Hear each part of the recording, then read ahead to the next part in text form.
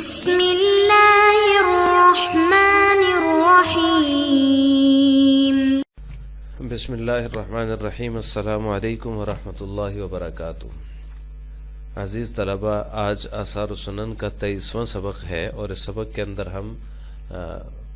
دو ابواب کے تحت باب ما یعارضہ اور باب فی فرق المنی کے تحت جو احادیث ہیں، جو روایات ہیں، ان کا ترجمہ اور تشریح پڑھیں گے۔ باب ما یعارضہ، اس کا مطلب یہ ہے کہ وہ احادیث جو اس کے معارض ہیں، یعنی جو پچھلا باب ہم نے پڑھا ہے باب نجاست المنی، اس میں منی کی نجاست کا بیان ہے، تو اب یہ والی احادیث جو ہیں اس باب کے تحت وہ احادیث ہیں جن میں منی کی نجاست کا بیان نہیں ہے، گویا کہ وہ احادیث ہیں جو ان احادیث کے معارض ہیں، مقابلے میں ہیں، تو اس باب کے تحت ہم وہ احادیث پڑھیں گے۔ اور اسی طرح سے اگلا باب ہے باب فی فرق المنی، منی کو کھرچنے کے بیان میں جو احادیث ہیں، جب کپڑے کو لگ جائے تو اس کو کھرچنے کے بیان میں جو احادیث ہیں، وہ احادیث ہم آج کے سبق میں ان کا ترجمہ اور تشریح پڑھیں گے۔ باب ما یعارضہ کے تحت علامہ نووی رحمہ اللہ تعالی نے دو احادیث اور ایک اثر ابن عباس رضی اللہ تعالی عنہما کا ذکر کیا ہے، یعنی دو احادیث ہیں اور تیسرا وہ ہے جو حضرت ابن عباس رضی اللہ تعالی عنہما کا اثر ہے، اس کا ترجمہ اور تشریح ہم پڑھیں گے۔ اور اسی طرح جو باب فی فرق المنی ہے، اس کے تحت 3 احادیث کا ذکر کیا ہے، تو ہم آج کے سبق میں ان تمام احادیث کا ترجمہ اور ضروری تشریح پڑھیں گے۔ باب ما یعارضہ، وہ ان احادیث کے بیان میں جو اس کے معارض ہیں۔ ان میں سب سے پہلی حدیث ہے عن ابن عباس رضی اللہ تعالی عنہما قال سئل النبی صلی اللہ علیہ وسلم عن المنی یصیب الثوب قال انما هو بمنزلة المخاط والبزاق وانما يكفيك ان تمسحه بخرقة او بإزخرة، رواه الدارقطنی واسناده صحیح ورفعه وهم۔ ابن عباس رضی اللہ تعالی عنہما سے مروی ہے، وہ فرماتے ہیں سئل النبی صلی اللہ علیہ وسلم عن المنی یصیب الثوب،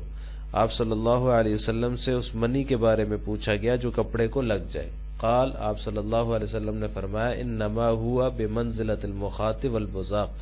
بے شک وہ بلغم اور تھوک کی طرح ہے، وانما یکفیک، اور بے شک تمہیں اتنا کافی ہے، ان تمسحہ، کہ تم اسے پونچھ ڈالو، بخرقۃ او بإزخرۃ، کسی چیتڑے یا گاز کے ساتھ۔ رواہ الدارقطنی، اس کو دارقطنی نے روایت کیا اور اسناد اس کی ضعیف ہے، ورفعہ وہم، اور اس کو مرفوع بیان کرنا وہم ہے، یعنی آپ صلی اللہ علیہ وسلم کی ذات تک اس کو بیان کرنا یہ وہم ہے، اس کی سند کے بارے میں کلام کیا گیا ہے۔ دوسری حدیث ہے وعن محارب بن دیسار عن عائشہ رضی اللہ تعالی عنہا انہا کانت تحت المنی من ثیاب رسول اللہ صلی اللہ علیہ انہا کانت تحت المنی من ثیاب رسول اللہ صلی اللہ علیہ وسلم وہو فی الصلاۃ،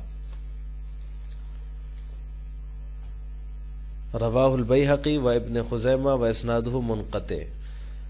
محارب ابن دیسار سے مروی ہے، انہوں نے حضرت عائشہ رضی اللہ تعالی عنہا سے روایت کیا کہ میں نے رسول اللہ صلی اللہ علیہ وسلم کے کپڑوں سے منی کو کھرچ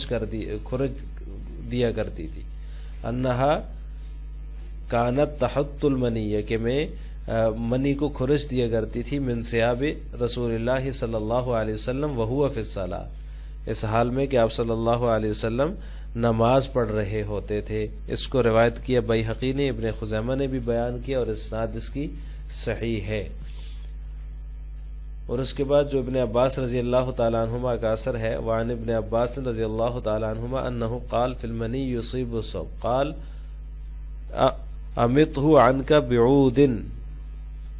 او اذخرۃ فانما هو بمنزلۃ المخاط او البصاق، رواہ البیہقی فی المعرفہ وصححہ۔ ابن عباس رضی اللہ تعالی عنہما نے منی کے بارے میں کہ جب وہ کپڑے کو لگ جائے فرمایا کہ اسے امتہ عنک بعود، کہ اسے لکڑی سے دور کر دیا کرو، فإنما هو بمنزلۃ المخاط او البصاق، بلا شبہ وہ بلغم یا تھوک کی طرح ہے، بصاق یا بزاق کے تھوک کو ہی کہتے ہیں۔ اور رواہ البیہقی فی المعرفہ وصححہ، اس کو روایت کیا بیہقی نے کتاب المعرفہ میں اور اسے صحیح بھی قرار دیا۔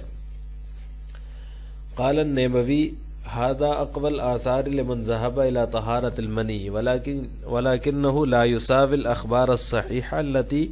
استدل بها على النجاسة ومع ذلك يحتمل ان يكون التشبيه في الازالة والتطهير لا في الطهارة۔ علامہ نبوی رحمہ اللہ فرماتے ہیں کہ یہ آثار میں سب سے زیادہ مضبوط اثر ہے، یعنی یہ جو ابھی ہم نے اثر پڑھا ہے ابن عباس رضی اللہ تعالیٰ عنہما کا، یہ آثار میں سب سے مضبوط اثر ہے اس شخص کے لیے جو منی کے پاک ہونے کا قائل ہے، لمن ذهب الى طہارۃ المنی، جو منی کے پاک ہونے کا قائل ہے۔ لیکن یہ اثر بھی ان احادیث صحیحہ کے برابر نہیں ہے، لا یساوی الاخبار الصحیحہ، ان اخبار صحیحہ کے برابر نہیں ہے، الذی استدل بها علی النجاسہ،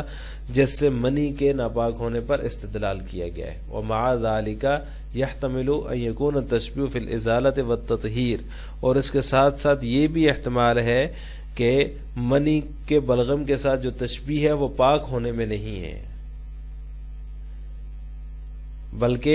لا فی الطہارہ پاک ہونے کے بارے میں نہیں ہے، بلکہ اس کو زائل کرنے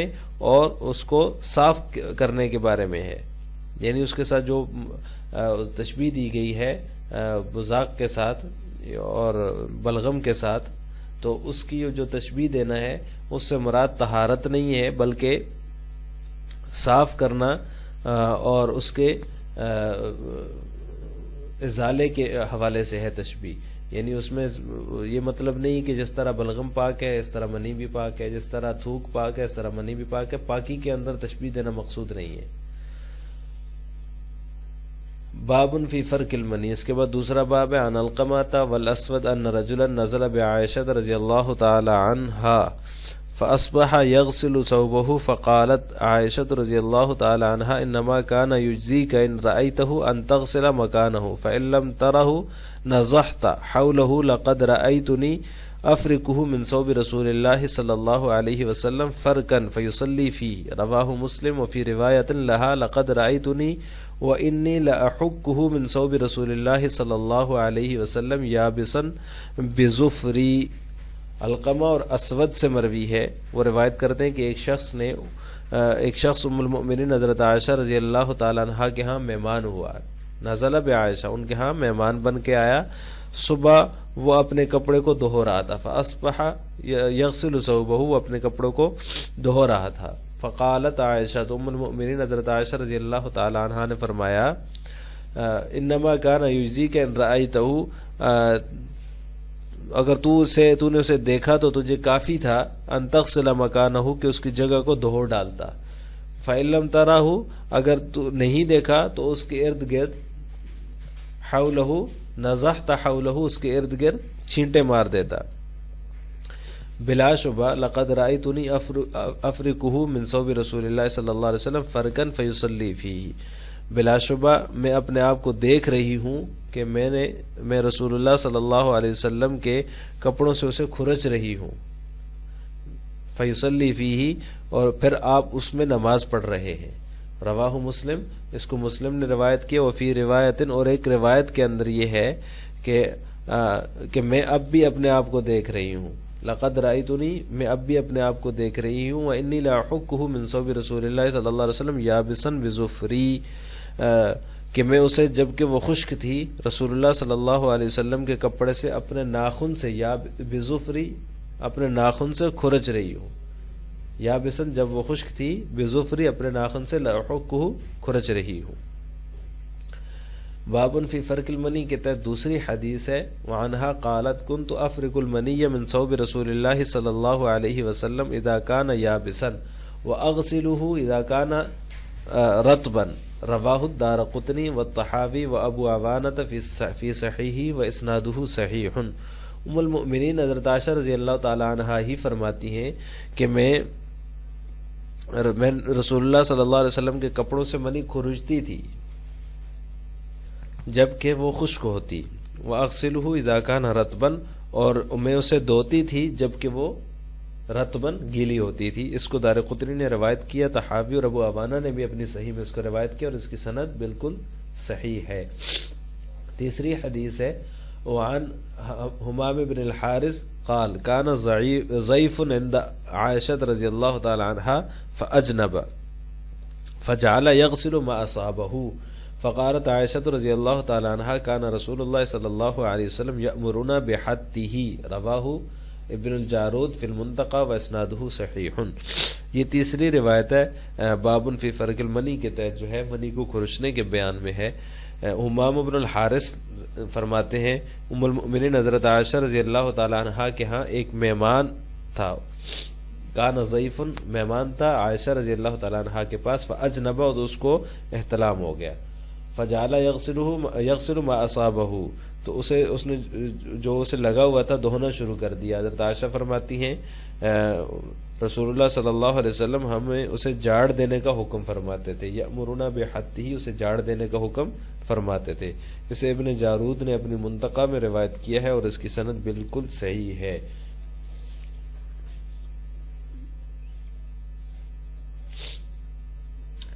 آج کے سبق کا خلاصہ یہ ہوا کہ ہم نے آج کے سبق میں باب ما یعارضہ یعنی نجاست منی کے بیان کے بعد جو اس کے معارض حدیث ہیں جن سے منی کے پاک ہونے کا پتہ چلتا ہے،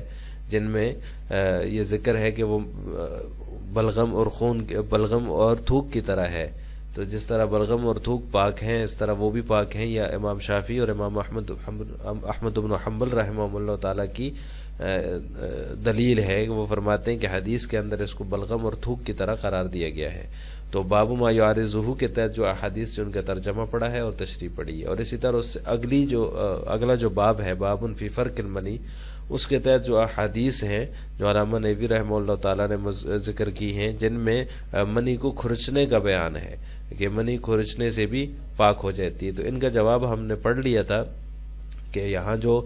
اس کو بلغم اور تھوک کی طرح قرار دینا یہ لزوجت اور گاڑے پن میں تشبیہ ہے، طہارت میں تشبیہ نہیں ہے، کہ جس طرح بلغم اور تھوک پاک ہے تو یہ بھی پاک ہے، اس کا یہ مطلب نہیں ہے ان حدیث کا۔ اور اسی طرح جو کھرچنے کا بیان ہے جن احادیث کے اندر، تو ان کا بھی جواب احناف کی طرف سے یہ دیا جاتا ہے کہ کھرچنا بھی طہارت کا ایک طریقہ ہے، جس طرح جو ہے نا وہ کھرچنے سے دھونے سے پاک ہو جاتی ہے، اسی طرح جب وہ خشک ہو جائے تو اس کو کھرچ دیں تو وہ پاک ہو جاتی ہے۔ السلام علیکم ورحمۃ اللہ وبرکاتہ۔